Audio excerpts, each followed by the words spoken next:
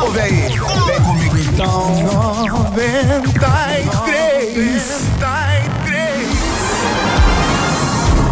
Você ouve Debate 93 com J.R. Vargas. Olha o que a nossa ouvinte hoje conta, aliás, o nosso ouvinte hoje conta, parece que está acontecendo na vida de muita gente, hein? Que está transformando a liderança espiritual, o pastor, a pastora, o bispo, a bispa e sei lá, em guru. Alguém que vai dizer a ele ou a ela o que pode e o que não pode. Olha, tô pensando em comprar um carro, não compra esse carro. Não compra esse carro. Olha, tô pensando em alugar uma casa, não aluga essa casa. Olha, eu tava pensando em casar, não case. Eu estava pensando nisso, não faça isso, faça aquilo outro. Olha, eu estou gostando de fulana de tal, não, fulana de tal não é para você, você é para outra fulana de tal e é um outro fulano para esta fulana. E a pessoa, de uma forma incrível, parece que passa a governar a vida do outro, como se o outro não tivesse liberdade, como se o outro não tivesse habilidade, inteligência, sabedoria ou discernimento. Mas será que isso é normal? Eu pergunto a você. Você já ouviu algum caso, algum exemplo, alguma história em que alguém estivesse relatando, basicamente, claro que eu estou exagerando aqui, mas e dissesse a você o seguinte: olha, lá é assim, a gente não faz nada sem autorização. Há inclusive gente que chega a contar as intimidades e não apenas contar, mas pedir autorização para ver se pode ou não pode ter, entendeu? Se é que você me entende, né? Ouvinte dizendo, essas pessoas não tomam nenhuma decisão sozinhas, as pessoas não tomam sem consultar essa liderança, essa espécie de guru. Eu fico pensando, diz aqui o nosso ouvinte, se isso é saudável ou se eu me tornei muito independente espiritualmente falando. Até que ponto devemos depender da ajuda de nossos líderes espirituais? Buscar uma segunda opinião não seria uma fuga da responsabilidade de tomar decisões? Ou seja, eu tenho que assumir a minha responsabilidade, aí eu não quero assumir a minha responsabilidade, eu passo essa responsabilidade para outra pessoa e digo, olha, eu fiz isso por causa da outra pessoa e não por causas das minhas próprias definições. Como honrar os líderes e ao mesmo tempo não ser um crente dependente dos homens? É o que pergunta um dos nossos queridos ouvintes. É, minha gente, é agora no Debate 93. Está entrando no ar. Debate 93.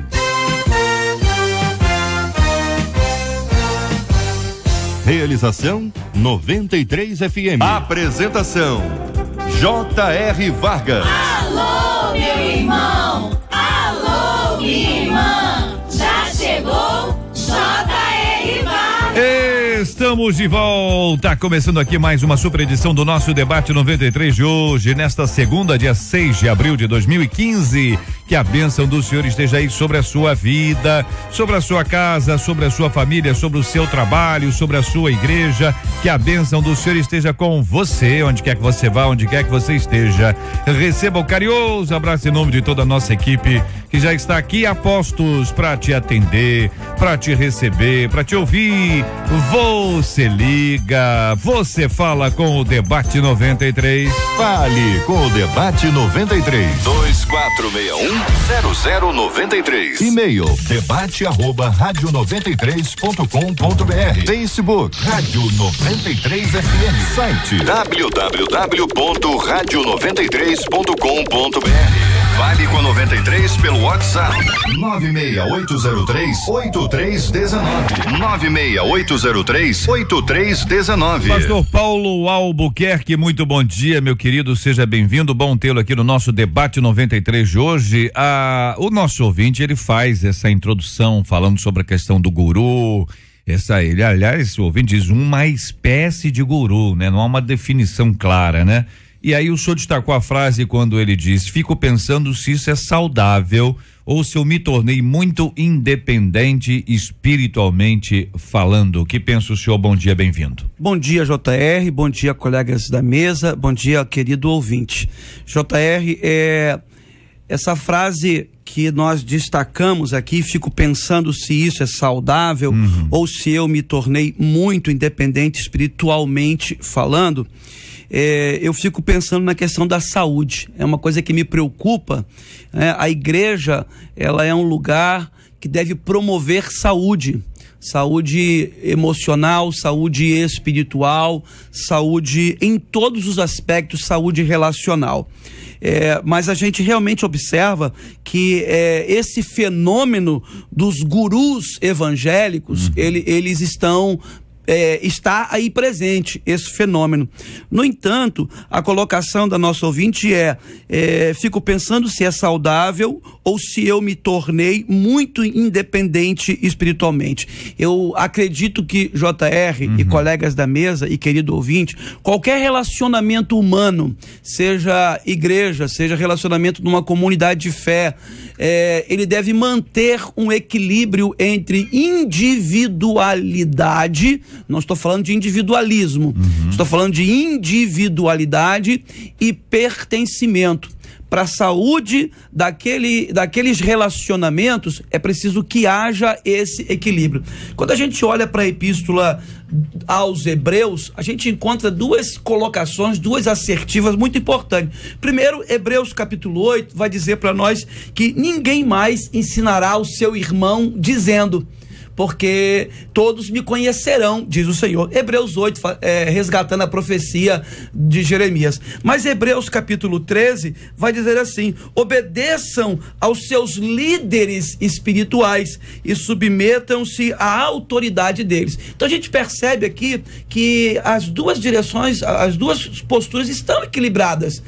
Como um crente maduro, como um crente saudável, eu devo pertencer a uma comunidade de fé, eu devo ouvir aqueles que Deus colocou como homens espirituais, mas ao mesmo tempo a minha autonomia, a minha individualidade, uma palavra que você usou ainda há pouco, a minha responsabilidade nas decisões ainda cabem a mim. Missionária Roberta Félix é a nossa menina da mesa de hoje. Muito bom dia, seja bem-vinda. Concorda?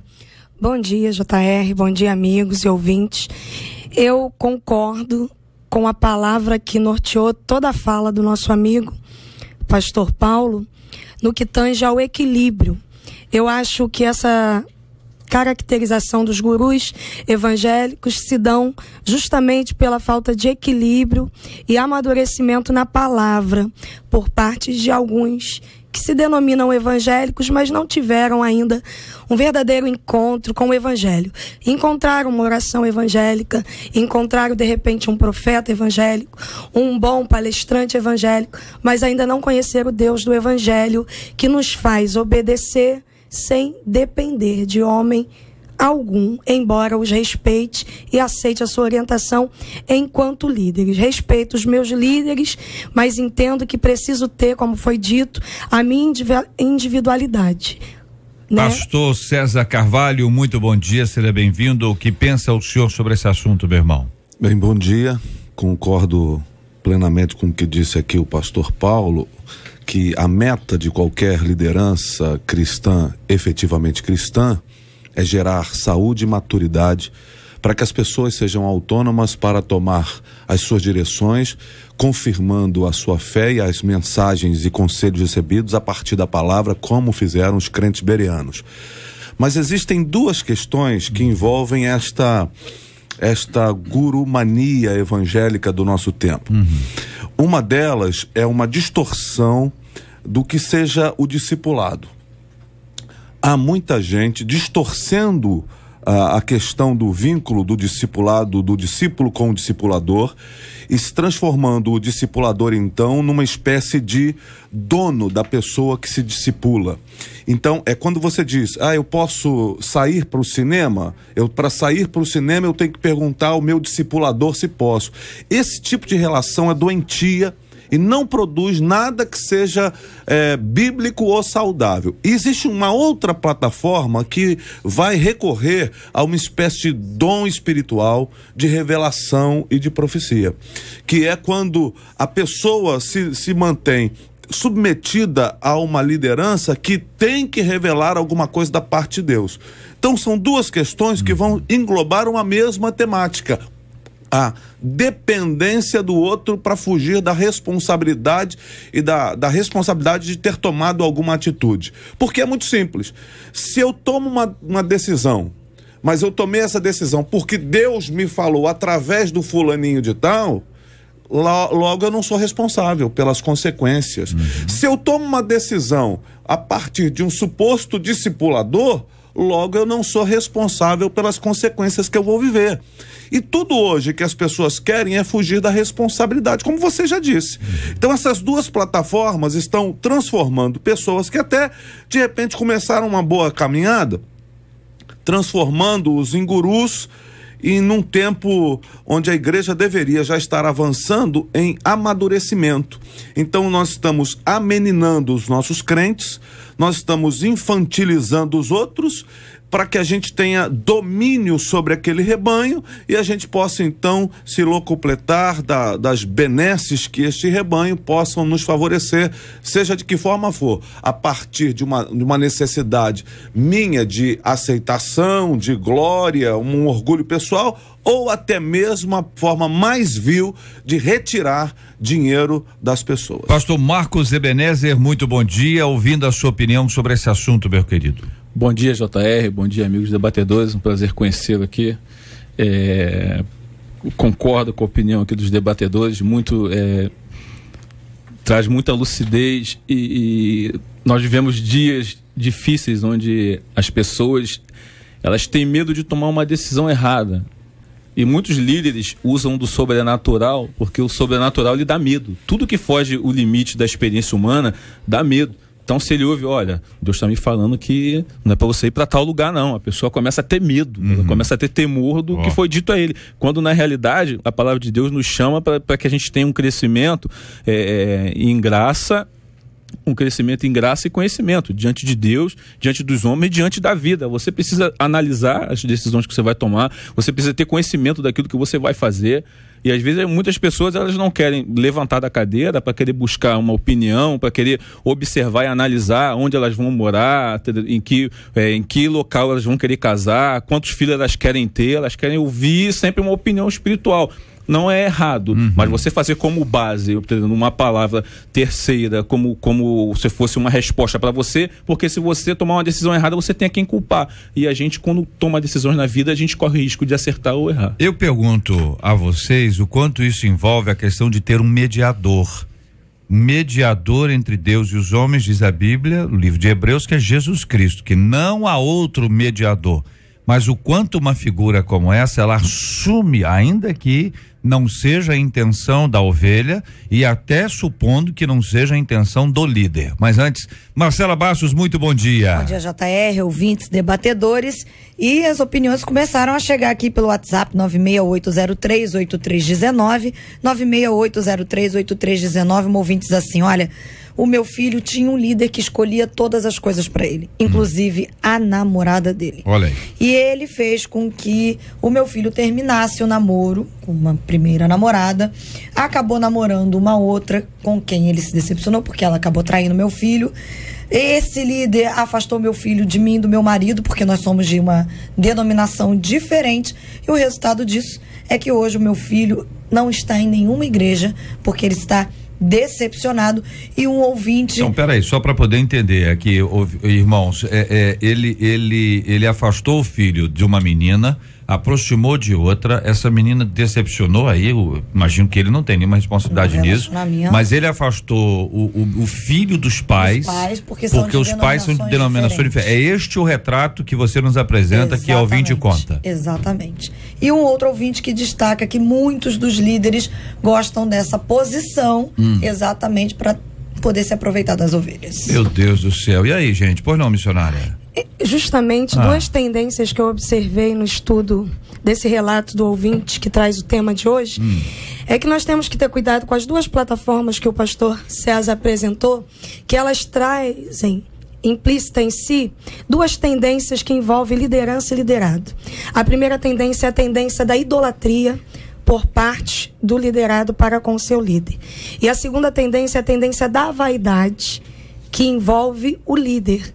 Então nós percebemos que muitas pessoas se utilizam dessa autoridade para alimentar a sua vaidade e, em contrapartida, muitos liderados se utilizam das incertezas, dúvidas, fraquezas, inexperiência para idolatrar essa pessoa que ele vê como forte. Então, muito cuidado, porque ambas as tendências são pecaminosas, tanto da idolatria quanto da vaidade. Além disso, há uma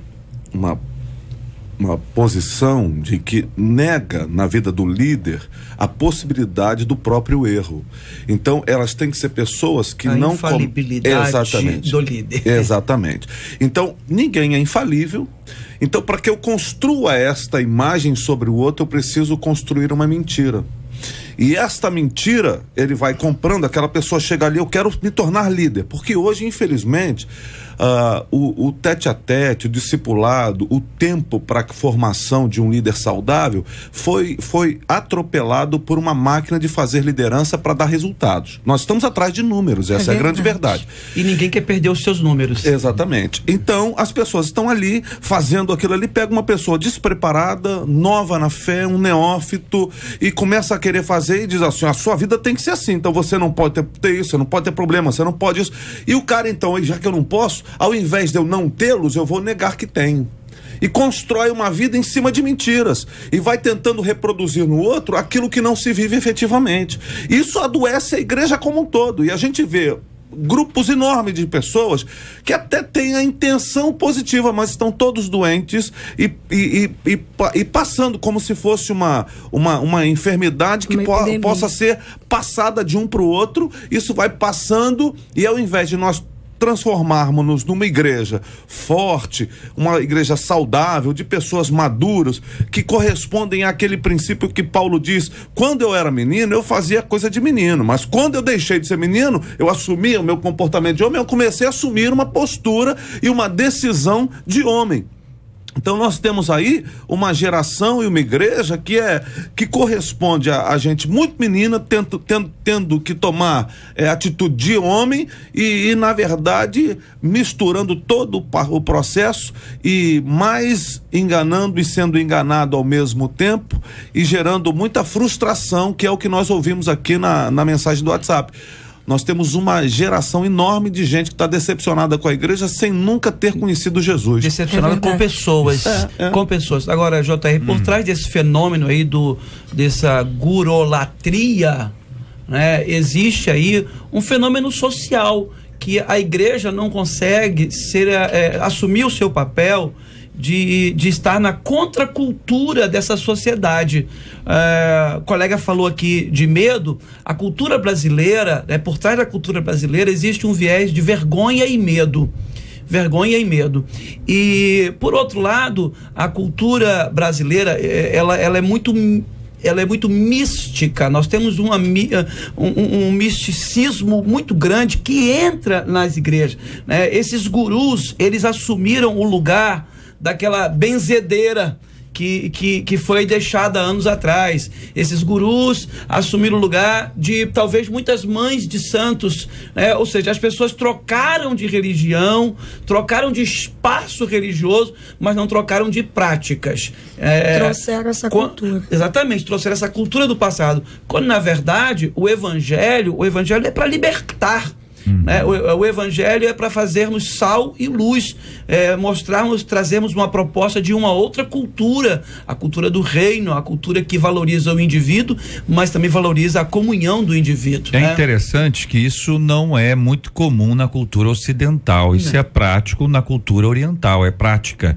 Não é a cultura oriental que estabelece a figura de uma pessoa que vai conduzir, que vai ser ouvida, enfim, e que você tem a partir dos hindus, por exemplo, isso no mundo ocidental, a figura, né, do guru, aquele que vem, e o cara senta daquele jeito ali, o cara tem um contato com o intergaláctico, o cara tem contato com não sei o que lá, aí estabelece ali um viés de comunicação com as pessoas, a pessoa não entendeu absolutamente nada do que ele disse. Mas tá maravilhoso. Olha, que coisa, hein? Que você entendeu, senhor? Eu não entendi nada não, mas o cara é bom, hein?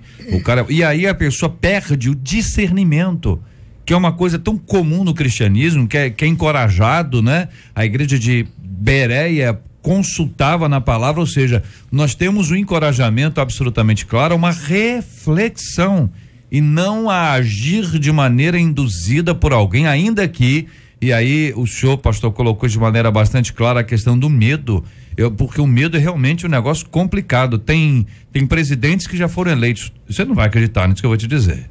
Eu vou dizer, talvez o senhor fique assustado, mas tem presidentes que já foram eleitos no país porque colocaram medo nos outros, entendeu? Isso em qualquer país do mundo, tô falando de maneira mais ampla. Mas quando você estabelece isso do ponto de vista espiritual, você está lidando com uma área que é extremamente perigosa e da qual há um vingador, que não somos nós, mas é o Senhor. Na verdade, você acaba mostrando que Deus não é um Deus de amor, mas é um Deus que gera medo. E você não pode errar, porque se você cometer um erro, descer um raio na sua cabeça. Olha, Deus, ele é fogo consumidor. Não se desenvolve uma relação. E quanto a caso, né? Amor, olha, exatamente. Teve uma pessoa que não fez, sabe aquela irmã? Sei. Quando é que ela tá? Faleceu.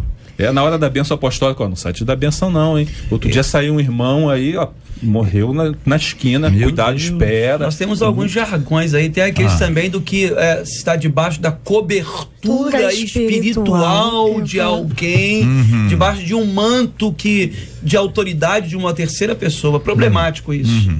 Eu queria falar sobre esse aspecto do medo, que Jesus, antevendo isso, lá no Evangelho de João, no capítulo 14, ele começou um diálogo sobre esse possível medo que os discípulos teriam após ele ser assunto ao céu.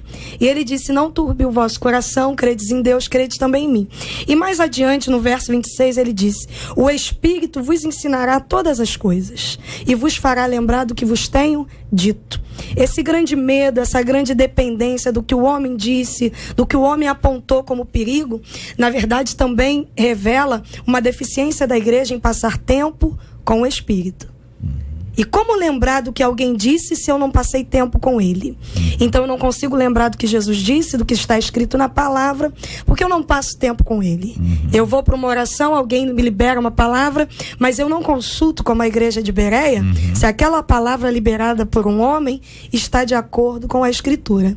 Então Jesus, sabendo desse possível medo que teríamos, ele disse: o Espírito vos ensinará todas as coisas e vos fará lembrar do que tenho dito. A igreja precisa lembrar de tudo que Jesus disse. E exatamente porque muitas igrejas esquecem o que Jesus disse, entram no que o pastor Paulo falou aqui sobre a questão das palavras liberadas. Inclusive, um ouvinte diz assim: olha, a família do meu marido é assim. Eles inclusive chamam o pastor de profeta. E o que eles dizem é que o que o profeta fala, a igreja tem que ouvir e fazer. Até o nome dos filhos são escolhidos pelo profeta. Isso, o nome dos filhos? O que veste, o sapato, inclusive o que come e o que bebe. Eles se sentem, muito melhores do que os outros, mesmo a gente que serve a Jesus como eles, e eles falam que nós estamos apostatando da fé. Apesar disso tudo, não dão exemplo de cristãos. Eles viram a cara para a família, para os vizinhos, ainda mais se não forem da mesma igreja que eles. Eles arrumam confusão direto onde eles moram porque pensam que são melhores. E agora a última é que proibiram os filhos de estarem em contato com os primos, porque nós estamos apostatando da fé. Olha, irmãos, eu confesso que eu estou aqui há alguns anos e eu tenho me surpreendido muito com essas histórias que nós temos ouvido. E o WhatsApp tem nos ajudado muito, porque é mais uma plataforma de comunicação estabelecida e traz aqui para nós a instantaneidade desse contato, esse tipo de coisa. Define o nome, define a roupa, define o que vai fazer e o que não vai. Isso é papel do pastor? Absolutamente. Dentro daquilo que eu entendo dos meus 25 anos de vida ministerial como pastor, eu sou um conselheiro, um parceiro para a vida. Eu sou alguém que vou entender a história do homem, a pessoa que me procura, e vamos tentar encontrar juntos uma saída para o nó que ele se meteu, mas eu jamais posso tomar uma decisão para a vida daquela pessoa, até mesmo aquela que vem desejando que eu faça isso. Eu, pelo bem dela, eu preciso levá-la a tomar a sua decisão e assumir a responsabilidade de sua vida. Então, este critério, e isso aqui que nós ouvimos da Marcela, esse testemunho absurdo que nós ouvimos da Marcela, não corresponde ao padrão bíblico. Então, a gente pode se chamar até isso de movimento evangélico, mas evangélico, efetivamente, disso aí não tem nada. Eu não posso aceitar isso como sendo uma condição de uma comunidade que se diz aqueles que são discípulos de Jesus, porque Jesus não vai tirar a autonomia das pessoas e principalmente tirar delas a capacidade de fazer escolhas e tomar decisões. Jesus nunca fez isso, e a prova disso é que quando ele vai fazer uma inquirição aos seus discípulos e alguns deles começam a questionar e eles falam, ele mesmo diz, vocês também não querem ir embora? Ou seja, a decisão é de vocês. A decisão está na mão das pessoas. Nós precisamos entender isso. Acontece que há um outro problema nessa discussão que nós estamos tendo também, que é, depois, por causa de várias decepções nessa área, esse tipo de pessoa que sofreu, mas de repente acordou pro processo, ele também não quer saber de mais pastor, ele não quer saber de mais liderança, ele não quer saber de envolvimento com ninguém, ele acha que ele pode também ser alguém isolado e viver o evangelho até sem igreja. Essa é uma outra doença a partir desse processo. Egoísmo. Busca os seus próprios interesses. Tem aquele livro, ferido em não fazendo propaganda, mas ferido em nome de Deus, né? Que Deus não estava nesse negócio. Mas o colega está colocando aqui que Jesus, ele realmente nos convoca à decisão. Isso, inclusive, JR e colegas, na questão de milagres. Jesus, às vezes, chegava diante de uma pessoa que precisava de uma intervenção poderosa ali. A pergunta que Jesus tinha sempre pronta para a pessoa é: o que queres que vos faça? Então, privar alguém hoje, em nome da igreja e em nome do evangelho, privar alguém de exercer o seu livre-arbítrio, a sua autonomia, que é aquilo que a caracteriza como criatura humana, feita à imagem e semelhança de Deus, não é bíblico, não é evangélico, não é cristão.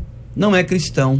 Eu acho que nós, pastores, temos que levantar mais as nossas vozes, porque nós temos visto muita coisa se movimentando nos arraiais ditos evangélicos que não tem mais nada a ver com o evangelho de Cristo Jesus como revelado definitivamente e entregue aos santos, como diz a palavra. Hoje a gente tem visto tanta coisa que se travestir de evangélico, está travestido de evangélico, mas não tem a essência do evangelho. Então, privar alguém de exercer o livre-arbítrio, algo que Deus deu ao homem, não é cristão.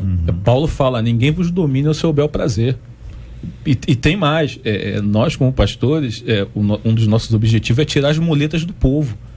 E não ficar fazendo do povo, do membro da igreja, do cristão, uma pessoa que está andando com apoio de muletas, e ele vai na oração, vai no culto discipulado, o pastor não está lá, a irmã fulana não está lá, vão embora, porque a presença de Deus não está ali. Nós estamos nos tornando, essa igreja, aí fazendo uma avaliação, uma espécie de Ananias às avessas. Ao invés de orar para que as escamas caiam, nós estamos orando para que mais escamas apareçam.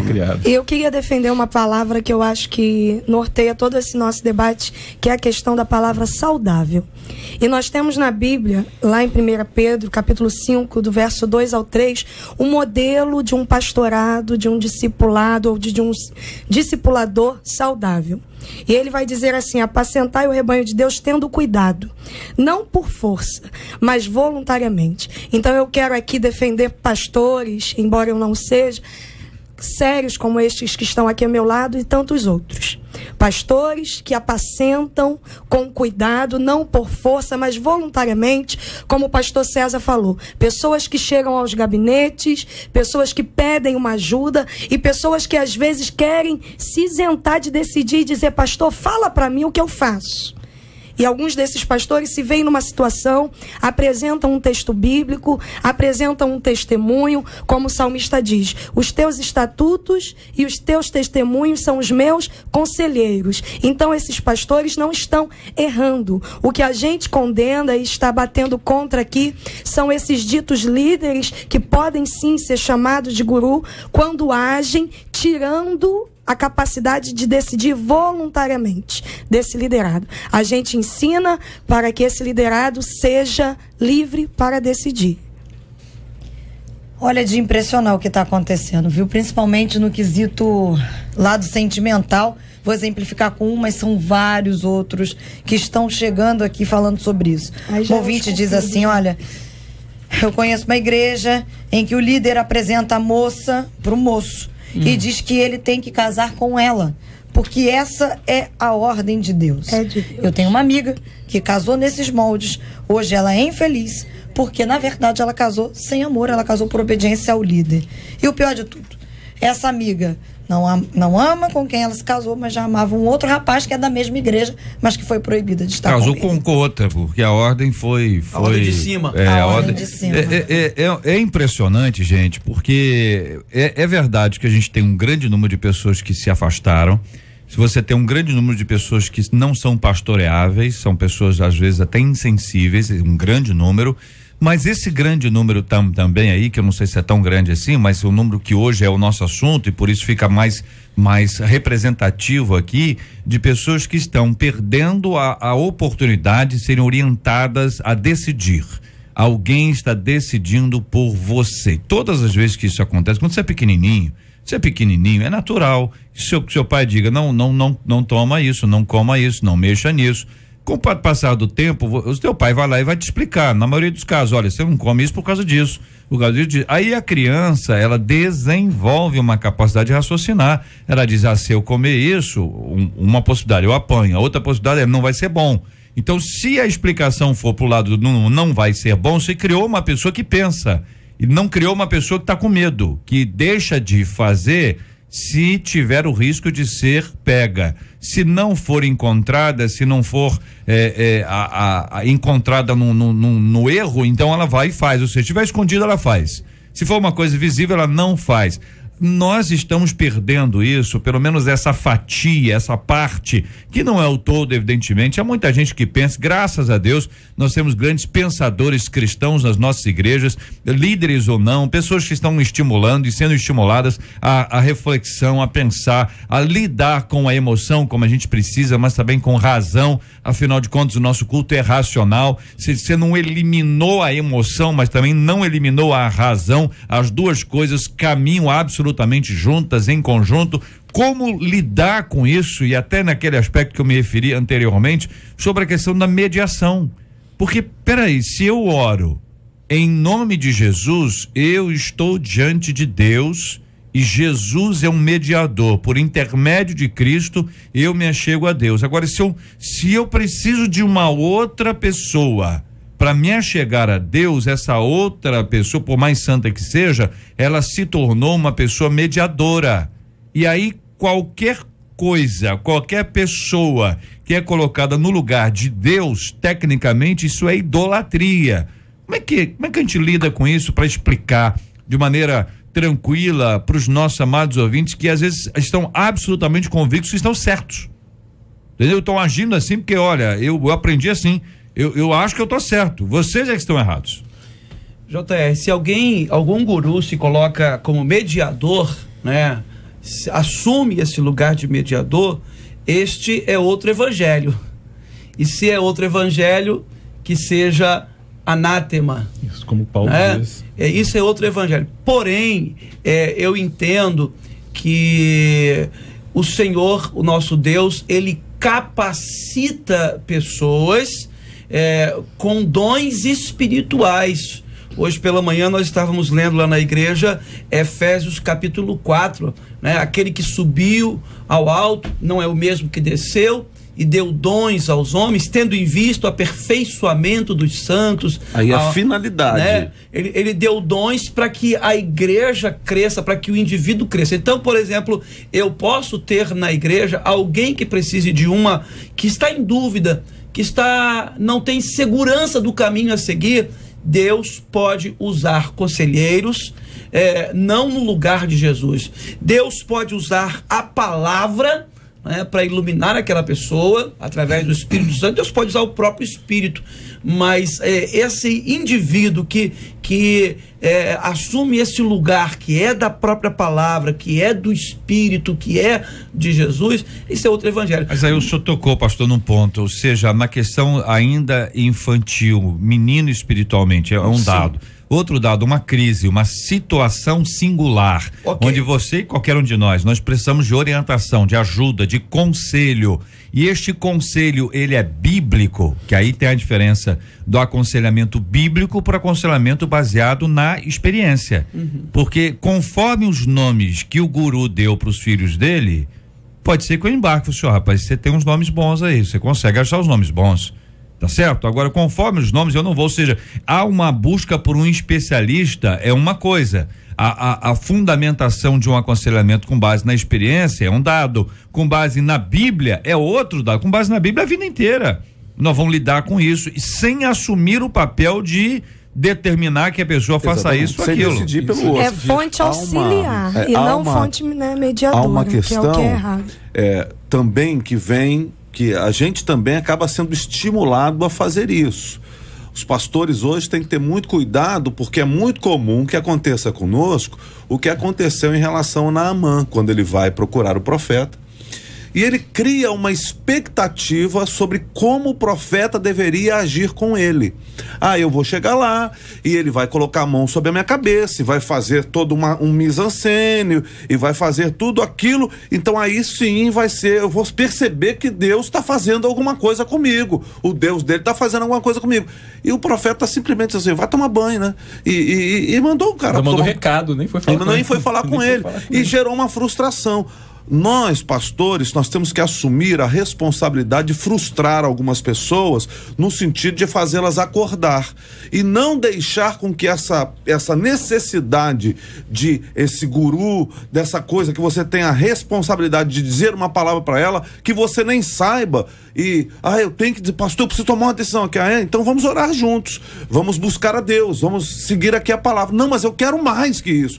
E o que acontece? Tem muita gente, exatamente, tem muita gente hoje que, embora sendo membro de uma igreja, vai consultar a pitonisa evangélica de outro lugar, vai consultar o vidente de outro lugar, vai querer lá que alguma coisa sobrenatural, que o Marcos disse há algum tempo atrás, o sobrenatural defina as questões, e a gente precisa também começar a despertar essas pessoas e de alguma maneira fazê-las acordar para uma verdadeira vida que vai fazer com que a pessoa se espelhe pela palavra. A gente não pode ter medo de fazer com que os crentes se relacionem com o Senhor pela palavra, mas a mim me parece que de um tempo para cá, até nós crentes estamos com uma certa dúvida sobre se Jesus de fato faz uma obra no coração das pessoas. Então a gente começa a criar algumas outras questõezinhas, mecanismos para ajudar. Então a gente precisa acordar para a realidade. A palavra de Deus é suficiente para nortear a nossa vida. Um conselho de alguém sábio é uma coisa importante, mas a Bíblia nem diz que a gente deve encontrar muitos conselhos de uma pessoa só, mas conselheiros. Quando a gente tiver conselheiros, nós vamos encontrar até sabedoria. Isso lá em Romanos 10:17 diz que a fé, ela vem pelo ouvir, pela palavra de Deus.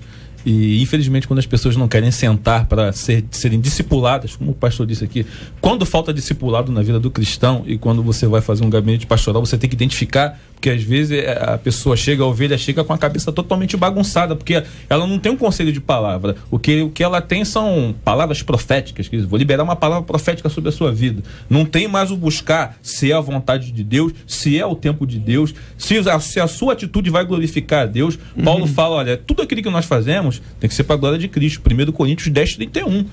E se você não vai buscar um conselho na palavra de Deus, ainda que a pessoa chegue querendo tratar um pastor como um guru, ele deve sair dessa posição de guru e mostrar como servo. Paulo falou, olha, sede meus imitadores como eu sou de Cristo. O problema é que isso é sedutor, né? Esse que é o grande problema. Esse é sedutor. Se esse obreiro, se essa obreira, se essa pessoa tem uma necessidade de autoafirmar-se,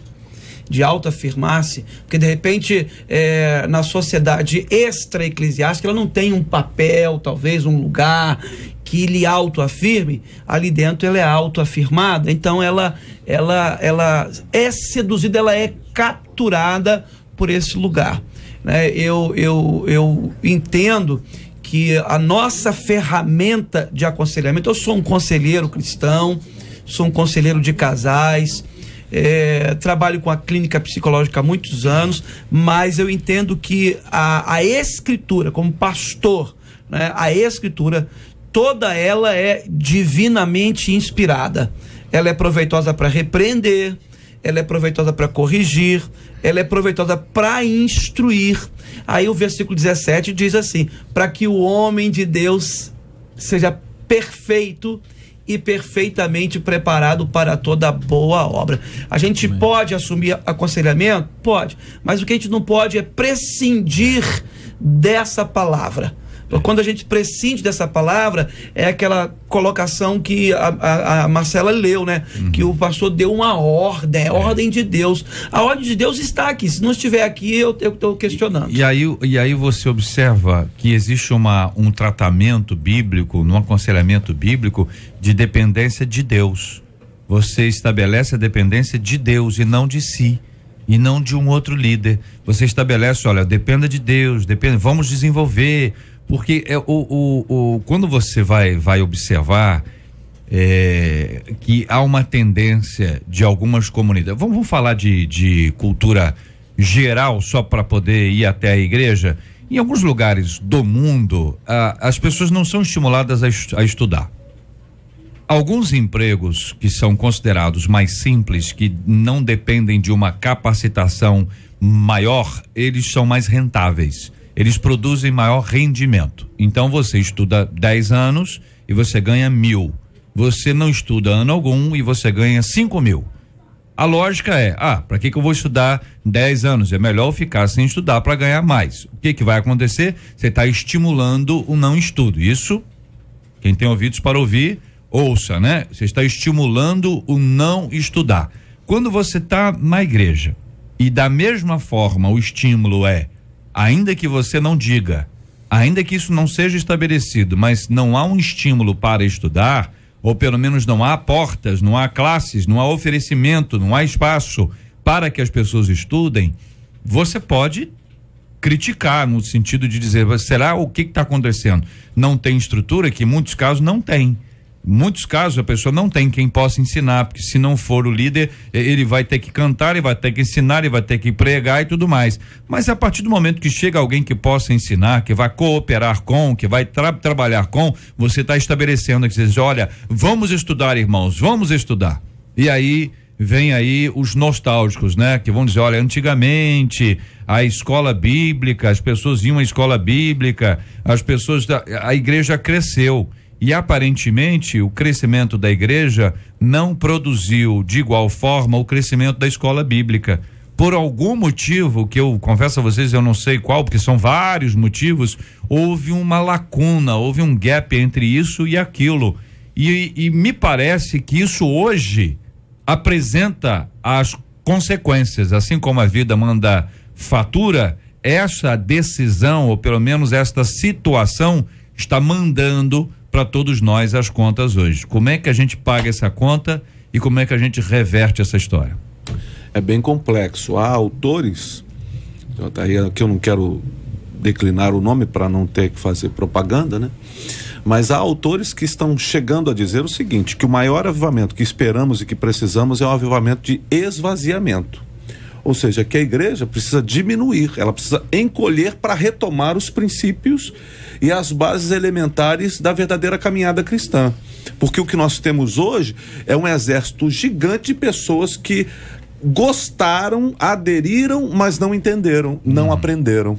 Então, o processo seria, até esses autores vão dizer o seguinte, o processo seria dificultar um pouco mais a entrada, no sentido de que não é impedir que a pessoa se converta, mas dizer para ela que converter não é simplesmente levantar a mãozinha e aprender a cantar as músicas.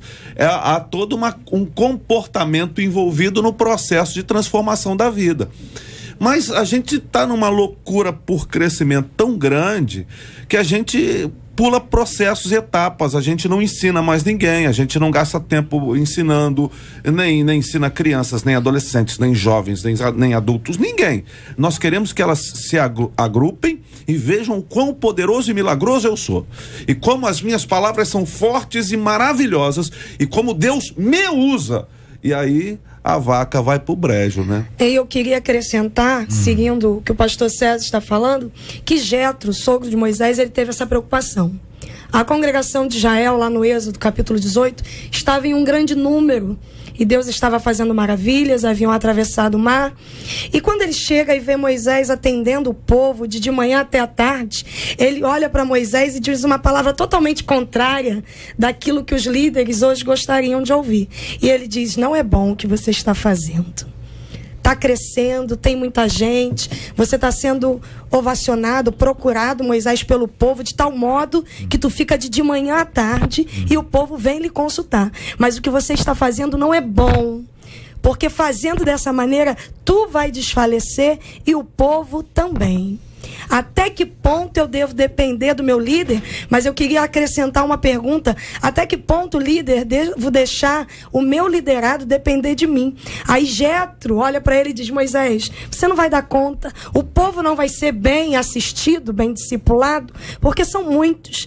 Então pegue homens e coloque por chefe de 1000, por chefe de 100, por chefe de 10. Então essa lacuna que o JR introduziu e que o pastor César completou, ela se dá também pela falta de organização e pela centralização de alguns líderes. É só comigo. Só eu que resolvo. Então, na falta de conseguir chegar a esse líder mor, essas pessoas estão indo a outros lugares consultar pitonisas. Então existe um discipulado de qualidade.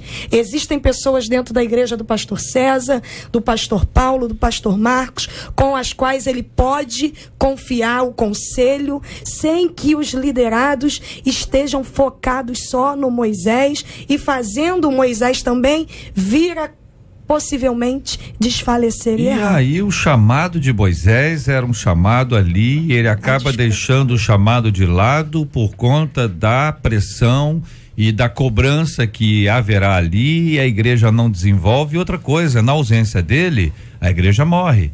Então, nós não devemos preparar igrejas que dependam de nós, mas que dependam de Cristo. Em Babel, né? Deus disse, os homens disseram, vamos edificar uma torre para nós. Aqui um dos nossos ouvintes no Face dizendo, JR, o povo gosta dessa profetada, a minha igreja enche no culto do Paraná.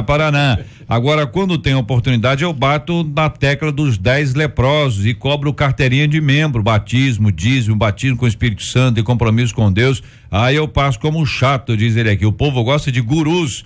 E ele acrescenta, os gurus não frequentam culto de doutrina nem escola bíblica, na sua maioria, e nem os que os buscam, diz aqui um dos nossos queridos ouvintes aqui no Facebook, a quem eu quero agradecer pelo carinho da audiência, dizendo a você, a foto dos nossos companheiros aqui, debatedores, está no Face. Um ouvinte aqui disse, o pastor César, sempre com essa cara de bravo. Tá com cara de bravo aqui, César? É a minha cara, não tem muito jeito. Não, mas o César não é nada bravo. Eu fico com cara de bravo. O César não é nada bravo. Quero agradecer aqui, porque você vai conhecer aqui o pastor César, ao lado dele o pastor Paulo. Escutem bem os nomes, viu, irmão? César, Paulo, ao lado dele está Marcos, ao lado dele está Roberta Félix, tá bom? Guardem esses nomes aí todos que estão na Bíblia. E eu estou ao lado dessas feras aqui. O senhor quer falar, pastor? Faltou um item. Eles não frequentam escola dominical e também não frequentam Santa Ceia. É mesmo, né? E via de regra eu não sou nem dizimista também. Tem toda uma falha.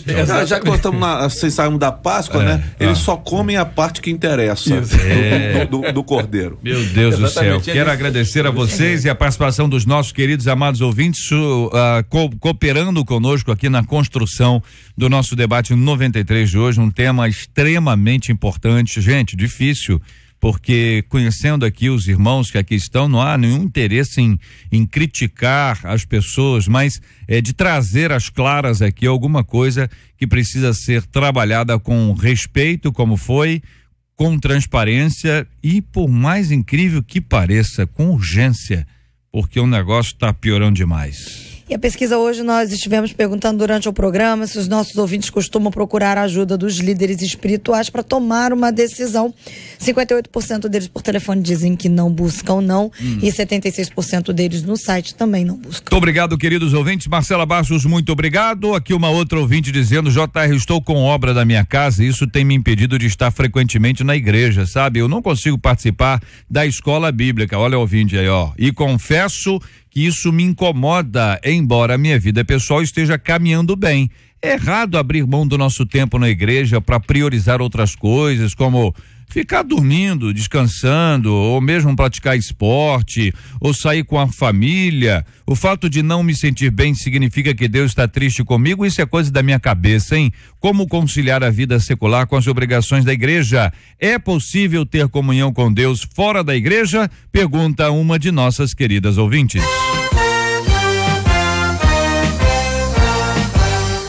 Esses e outros assuntos estarão amanhã, se Deus quiser, a partir das 11 horas da manhã, em mais uma super edição do nosso Debate 93. Muito obrigado aqui aos companheiros. Missionária Roberta Félix, muito obrigado. Deus abençoe sempre. Obrigado, JR. Obrigado, queridos amigos debatedores. Eu quero agradecer a Deus pelo grande livramento que deu ao meu filho na noite de sábado, que sofreu uma fratura, por quem eu rogo oração. E eu quero adorar a Deus pela vida do Ministério da Assembleia de Deus em Alcântara, onde estivemos ministrando no Congresso da UADA. Ontem, louvar a Deus pela minha família, agradecer a minha igreja, em especial um beijo para minha amiga Andresa, que completa aniversário hoje. Maravilha, muito obrigado, pastor Marcos, um abraço. Um abraço a todos, é um prazer sempre estar aqui. Quero deixar um abraço para a minha congregação, Assembleia de Deus do Viegas 712, Senador Camará. E às quarta-feira nós estamos lá com o ensino, descobrindo a nossa identidade em Cristo, o crescimento, etapas do crescimento cristão. Aqueles que puderem comparecer, fica na estrada do Viegas 712. Maravilha. Pastor Paulo, obrigado, um forte abraço, querido. Eu quero agradecer mais uma vez, JR, a mesa, os colegas. Um abraço aqui para minha querida igreja Batista Memorial em Duque de Caxias. Especialmente eu quero lembrar da irmã Nana, nossa diaconisa, líder da escola bíblica dominical, passou por uma cirurgia. Irmã Vera também, que passou recentemente por uma cirurgia. Um grande abraço a essas duas irmãs. E não poderia de mandar um abraço para minha esposa querida Luciana e meus filhos. Maravilha, muito obrigado, pastor Paulo e a Igreja Memorial em Duque de Caxias, pastor Marcos e a Assembleia de Deus, Congregação Viegas 712, missionária Roberta Félix e o pessoal da Assembleia de Deus de Campo Grande, pastor César Carvalho, muito obrigado ao senhor, um abraço na comunidade cristã Novo Dia, que hoje recebe o culto da 93 FM.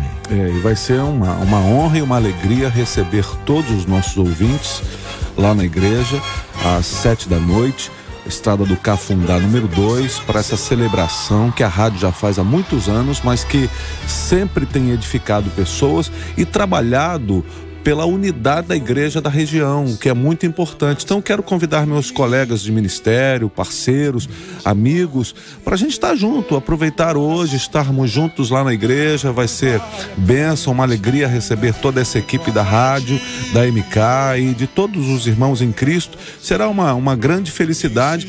Eu queria também me aproveitar para mandar um beijo para minha queridíssima esposa e para o Potência Jovem, que é o nosso Ministério Jovem, que terminou ontem o nosso retiro, e convidá-los todos para estarmos juntos hoje à noite lá na igreja, recebendo toda essa enorme quantidade de pessoas que vai chegar para cultuarmos ao Senhor juntos. Anderson Freire vai estar hoje, hein?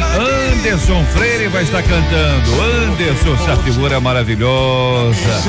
Anderson Freire, meu querido Anderson Freire, estará hoje cantando e ministrando hoje nesse grande culto da 93 FM. Certamente vai ser uma grande bênção. Gisele Nascimento também vai estar lá. Nossa querida Gisele, olha a Gisele aí, olha a Gisele, ó. Estou aqui, preciso tanto de Ei, Gisele Nascimento vai estar hoje ministrando, minha gente. Escuta ao vivo, imagina ao vivo, ó. Ouça o meu clamor,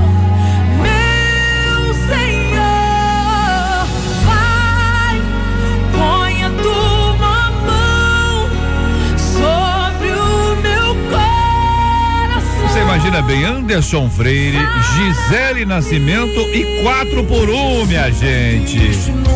Ei, meu Deus, que culto é esse, hein? A obediência tem seu preço, mas o benefício é ver o mar se abrir. Olha o 4x1 cantando hoje ao vivo, hoje no culto da 93 FM, na comunidade cristã Novo Dia. Presença e a participação do Anderson Freire, da Gisele Nascimento e do 4x1. Então é só clamar, como Abraão no Moriá clamou, como Josué que no Jordão clamou. Pode confiar, Deus vai te livrar, Ele é fiel, então é Hoje, minha gente, comunidade cristã Novo Dia, ali na estrada do Cafundá número 2, Tanque Jacarepaguá. Pastor, dá um ponto de referência para os nossos ouvintes. Quero lembrá-los também que o pregador da noite será o queridíssimo pastor José Armando Sidaco, companheiro nosso aqui, debatedor da Igreja Batista em Barra do Imbuí, em Teresópolis. Vai estar especialmente para pregar a palavra de Deus hoje à noite. Para quem não conhece, nosso templo é exatamente onde era a Casa Sendas do Tanque, então fica bem mais fácil. E em frente exatamente do BRT, né? Na via do BRT, a igreja está exatamente em frente. Quem quiser acessar a igreja usando o BRT vai até facilitar. Nós estamos tentando viabilizar o máximo de estacionamento, mas quanto mais transporte público for usado, vai ser mais tranquilo para todo mundo. Então, em frente ao BRT, você está lá na comunidade cristã Novo Dia, estrada do Cafundá número 2. A partir de que horas a igreja já vai estar aberta, pastor? A partir das 6 horas a igreja já está aberta, e 7 horas o culto chega começa. cedo para ter aquele bate-papo, para você ter tempo também para orar. É bom orar do culto, viu, gente? Ora antes fazer do culto. Lanchinho bom, aquele bate-papo, aquele relacionamento, né? Tem sempre ali, hein? Vai entendeu, que encontra, né? Hein? Vai que encontra. Vai, né? Olha aí. Então, hoje, minha gente, Anderson Freire, Gisele Nascimento, 4x1, pastor José Armando Sidaco, equipe da 93 FM. Nós vamos estar aí com esse grande culto da 93 FM, que vai ser uma grande bênção. Nós vamos orar juntos agora. Vou pedir, por gentileza, ao pastor Marcos que ore conosco. Nós vamos apresentar o tema de hoje, diante de Deus em oração. Vamos apresentar o culto da 93 FM. Também temos orado todos os dias pela cura dos enfermos e pelo consolo aos corações enlutados, em nome do Senhor Jesus. Soberano Deus, eterno Pai, Senhor, nós queremos, Pai, te apresentar as pessoas enfermas, as pessoas enlutadas. Pai, que tu esteja, Pai, consolando, Senhor, os corações, orientando, dando força, dando graça. Senhor, eu quero te pedir também, Pai, que tu abençoe, Senhor, o culto de logo mais, que vai ser um culto cercado, Senhor, pela tua glória, pelo teu agir, pela tua unção. Que tu possa aguardar, Senhor, a chegada e a saída, Pai, de cada pessoa que estiver indo para aquela igreja, que vai ser um culto marcante na vida de cada um. É o que eu te peço em nome de Jesus. Amém. Que Deus te abençoe. Você acabou de ouvir Debate 93.